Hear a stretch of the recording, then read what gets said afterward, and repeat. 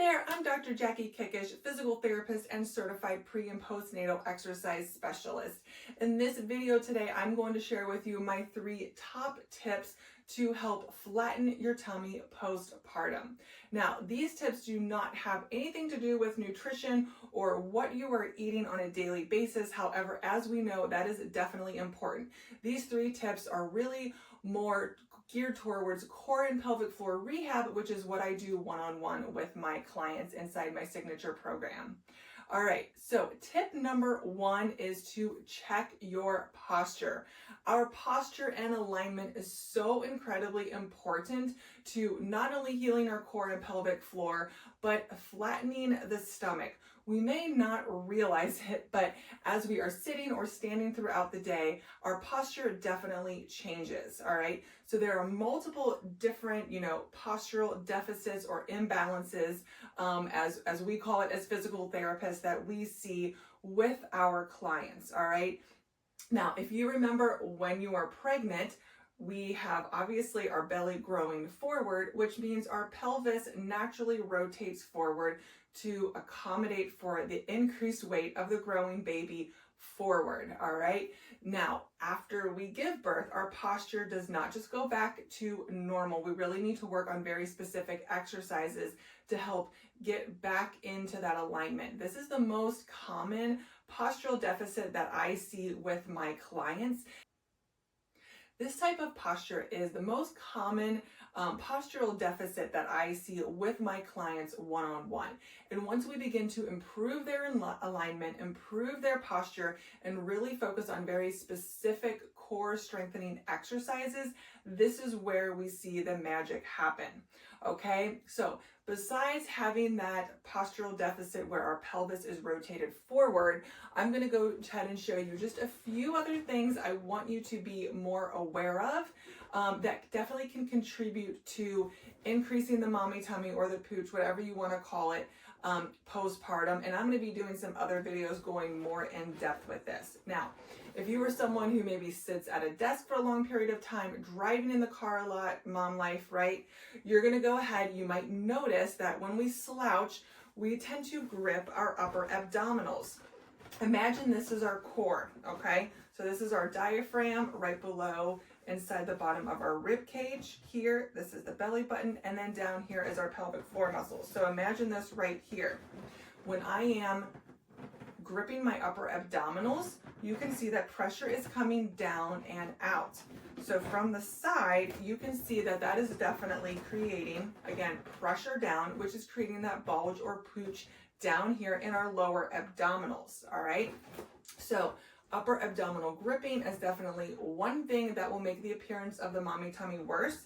The next one is if you are chronically sucking in at the belly button. This is a bad habit to break. I'm guilty of it as well. Sucking in at the belly button, that's going to be putting pressure down through your pelvic floor and lower abdominals, which is not good, and then pressure up as well. So if I turn to the side, you're able to see that that is, again, creating a pooch or increased pressure down here.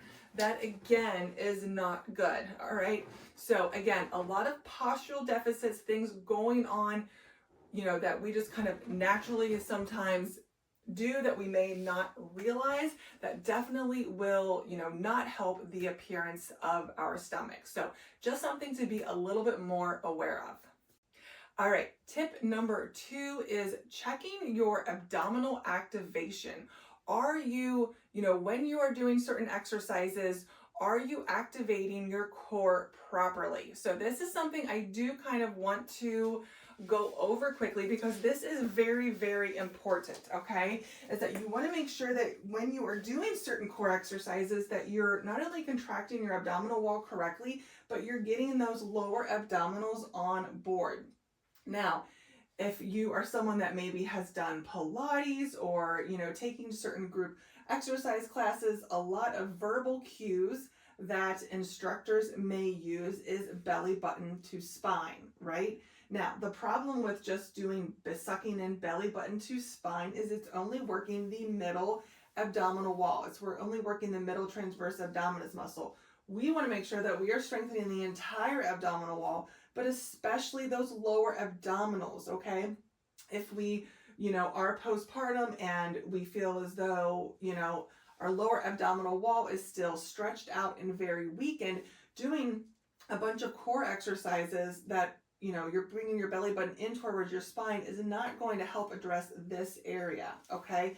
So we want to make sure that as we are engaging our abdominal wall and doing core exercises, one, we want to make sure we're doing the right core exercises, right? We're not doing planks and bicycle crunches and all these things if we really need to, heal an abdominal separation and re-strengthen our core properly postpartum.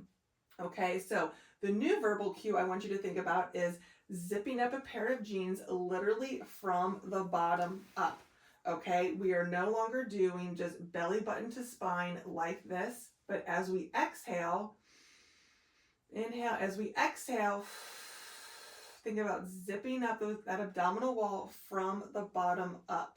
All right, you can even place your hands on your lower abdominals to make sure that you're getting some tactile feedback that you are actually engaging and strengthening the right muscles.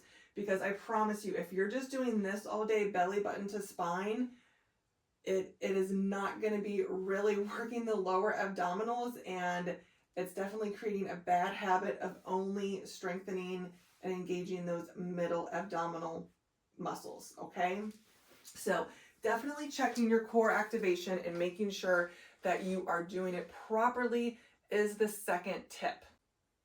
And tip number 3 is to check for a diastasis recti. And the reason I am saying this is because if you are postpartum, several months postpartum, even a couple years postpartum, and you feel as though, when you look in the mirror at your stomach, you still look pregnant, self-assessing for a diastasis recti is something I would strongly recommend you do.